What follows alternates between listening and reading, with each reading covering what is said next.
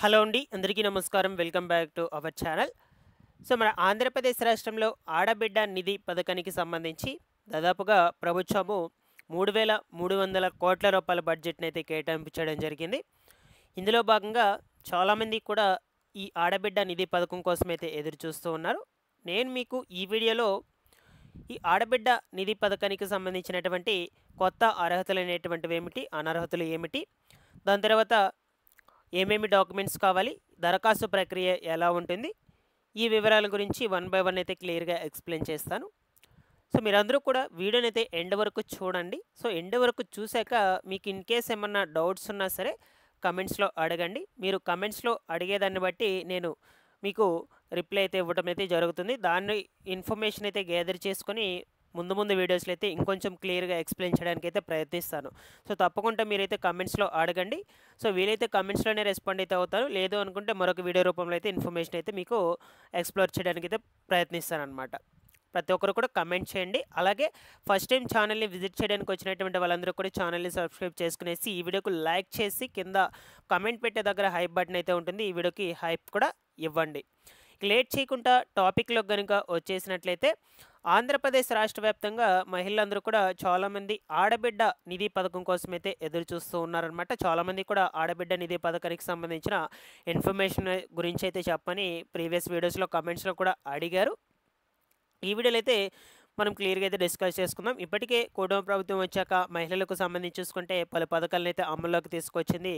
ఉచిత gas cylinder పథకానికి సంబంధించి కావచ్చు, అదేవిధంగా మహిళల కోసమే ప్రత్యేకించి ఈ యొక్క వితంతు పెన్షన్స్‌ను, దాని తర్వాత వచ్చేసి తల్లికి వందనం పథకం కింద నిధులను కూడా మహిళల ఖాతాల్లోకి అయితే జమ చేయడం జరిగింది.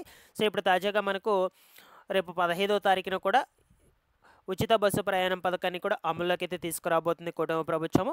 ఇక ఈ యొక్క ఆడబిడ్డ నిధి పథకానికి సంబంధించి కూడా త్వరలోనే మీకు ప్రతి నెల కూడా రూ. 1,500 బ్యాంక్ అకౌంట్‌లోకి జమ చేసేందుకు ఆల్రెడీ బడ్జెట్ అయితే కేటాయించడం అయితే జరిగిందనమాట.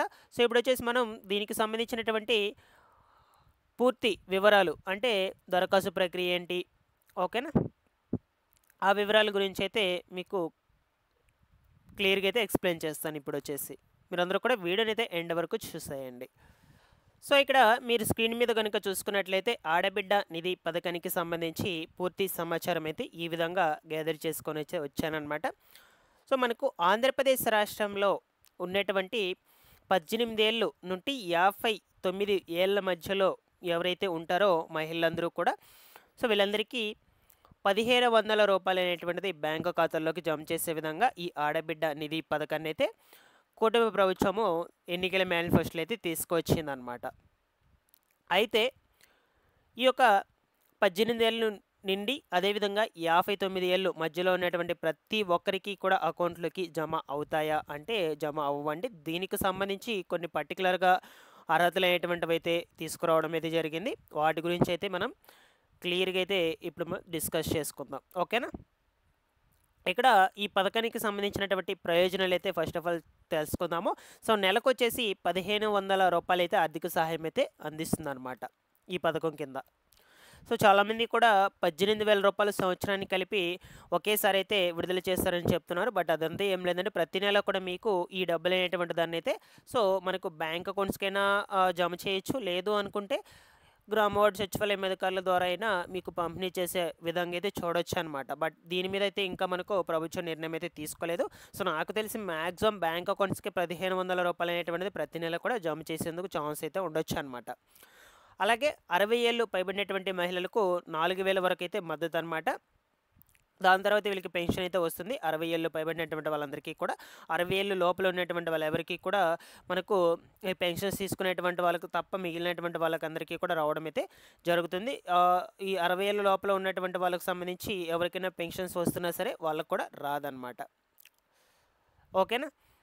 సో, దాని తర్వాత వచ్చేసి మనకు అర్హతలు చూద్దాము. ఫస్ట్ ఆఫ్ ఆల్ ఈ యొక్క పథకానికి అర్హతలు అవ్వాలి అంటే మనకు ఆంధ్రప్రదేశ్ రాష్ట్రంలో నివాసితులైతే ఉండాలన్నమాట. దాని తర్వాత వచ్చేసి ఏజ్ వచ్చి 18 ఏళ్ల నుంచి 59 సంవత్సరాల మధ్య లోపలైతే ఉండాలి.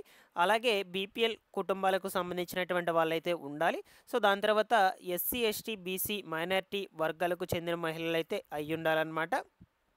ఓకేనా. సో దాని తర్వాత ప్రభుత్వ ఉద్యోగి కూడా అయి ఉండకూడదు. ఇన్ కేస్ మీరు ప్రభుత్వ ఉద్యోగి అయి ఉన్నట్లయితే మీకు ఈ యొక్క పథకం ద్వారా వచ్చేటువంటి రూ. 1500 అయితే వర్తించదనమాట. సో ప్రభుత్వ ఉద్యోగి అయితే అయి ఉండకూడదు. దాని తర్వాత ఇన్కమ్ ట్యాక్స్ పేయర్ అయితే అయి ఉండకూడదు. దాని తర్వాత వచ్చేసి మనకు మీకు మీ యొక్క పేరు మీద కావచ్చు 4 చక్రాల వాహనము అంటే ట్రాక్టరు, ఆటో మినహాయింపు రిమైనింగ్ ఏమున్నా సరే మీకైతే ఈ పథకం ద్వారా వచ్చేటువంటి రూ.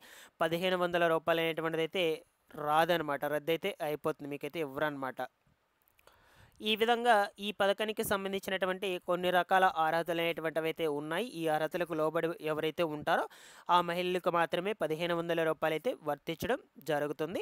సో ఇక దీనికి మీరు అప్లై చేసుకోవాలి అనుకుంటే అసలు ఏమేమి డాక్యుమెంట్స్ కావాలి, ఎలా అప్లై చేసుకోవాలి, ఆ వివరాల గురించి అయితే చెప్తాను ఇప్పుడు. సో మీరు ఇక్కడ స్క్రీన్ మీద అయితే కూడా చూసుకోవచ్చండి.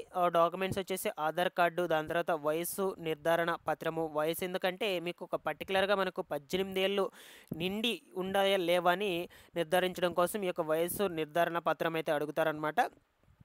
సో 18 ఏళ్ళు కరెక్ట్గా నిండి ఉండాలన్నమాట. 18 ఏళ్ళు నిండి మనకు 19 ఏళ్ళు అయితే ఉండాలన్నమాట. సో 19 నుంచి 59 కరెక్ట్గా ఉన్నట్లయితే సో వాళ్ళందరికీ కూడా రావడం అయితే జరుగుతుంది ఏజ్ విషయం చూసుకున్నట్లయితే. సో ఇక మీకు మ్యాక్సిమం ఈ అమౌంట్ వచ్చేసి బ్యాంక్ అకౌంట్స్కి జమ చేస్తారు కాబట్టి బ్యాంక్ పాస్బుక్ అనేటువంటిది తప్పనిసరిగా అయితే ఉండాలన్నమాట. ఈ బ్యాంక్ పాస్బుక్ ఉండటమే కాకుండా బ్యాంక్ అకౌంట్కి ఎన్పిసిఐ లింక్ చేసుకోవాలి. దాని తర్వాత ఈ కేవైసీ ఆధార్ అప్డేట్ చేసుకో ఉండాలన్నమాట. దాని తర్వాత వచ్చేసి బ్యాంక్ అకౌంట్ యాక్టివ్లో అయితే పెట్టుకోండాలి. సో మీరు యాక్టివ్లో లేనటువంటి బ్యాంక్ అకౌంట్ ఇచ్చేసినట్లయితే మీకు పేమెంట్ అయితే పడదు కదా, ప్రతి నెల కూడా హోల్డ్ అయితే పడిపోతుంది అనమాట. సో ఇక దాని తర్వాత వచ్చేసి ఒక పాస్పోర్ట్ సైజ్ ఫోటో కూడా అవసరమైతే అవుతుంది. ఇక మనకు ఈ దరఖాస్తు ప్రక్రియ ఎలా చేసుకోవాలి అనే విషయం గురించి వచ్చినట్లయితే సో మనకు దీనికి అంటూ సపరేట్గా ఒక అధికారిక వెబ్సైట్ ఇది కూడా ప్రభుత్వం అయితే బిల్డ్ చేస్తూ ఉందన్నమాట. ఆ వెబ్సైట్ ద్వారా చేసుకోవచ్చు. మీ సేవా కేంద్రాల ద్వారా మీరు అప్లై అయినటువంటిది చేసుకోవచ్చు. దాని తర్వాత గ్రామవార్డు సచివాలయం దగ్గరికి వెళ్ళి అక్కడ అధికారులను సంప్రదించి అక్కడి నుంచి కూడా మీరు దరఖాస్తులు అనేటువంటివి అయితే చేసుకోవచ్చు అనమాట. సో ఇన్ని విధాలుగా మీరు ఈ యొక్క ఆడబిడ్డ నిధి పథకానికి సంబంధించి అప్లై అయితే చేసుకోవచ్చు. సో డేట్ అయితే ఇంకా అనౌన్స్ చేయలేదండి. ఓకేనా. మనకు ఈ ఆడబిడ్డ నిధి పథకానికి సంబంధించి దరఖాస్తులు చేసుకోవడానికి ఖచ్చితంగా మీరు దరఖాస్తులు చేసుకుంటే దాన్ని బట్టి ఎలిజిబులా ఇన్ఎలిజిబుల్ అని వాళ్ళు నిర్ధారించి మీకు ఈ పథకం కింద రూ. 1500 అయితే ఇవ్వడం జరుగుతుందన్నమాట. బట్ డేట్ అయితే ఇంకా అనౌన్స్ చేయలేదు. మనకు ఆల్మోస్ట్ కుటుంబ ప్రభుత్వం మనకు మ్యాక్సిమం మహిళలందరికీ కూడా ఒక్కొక్క పథకం రిలీజ్ చేసుకుంటూ అయితే వస్తుంది కాబట్టి ఈ ఆడబిడ్డ నిధి పథకాన్ని కూడా త్వరలోనైతే తీసుకువస్తుంది. ఓకేనా. సో మనకు ఈ ఉచిత ఆర్టీసీ బస్సు ప్రయాణాన్ని కూడా రేపు 15వ తారీఖునైతే ప్రారంభించబోతుందన్నమాట. సో త్వరలోనే ఈ యొక్క పథకాన్ని కూడా అమల్లోకి అయితే తీసుకువస్తుంది. ఏదేమైనా ఎప్పటికప్పుడు నేను ఛానల్ నుంచి అయితే మీకు అందరికీ కూడా అప్డేట్స్ అయితే ఇస్తూ ఉంటానండి. ఇన్ కేస్ మీకు ఇందులో ఏమైనా డౌట్స్ ఉన్నా సరే వెంటనే కామెంట్స్లో అయితే అడగండి, నేను రెస్పాండ్ అయితే అవుతాను. ఓకేనా. ఈ యొక్క అర్హతలకు సంబంధించి అనర్హతలకు సంబంధించి ఏమైనా డౌట్స్ ఉన్నా కూడా అడగండి. Thanks for watching this one.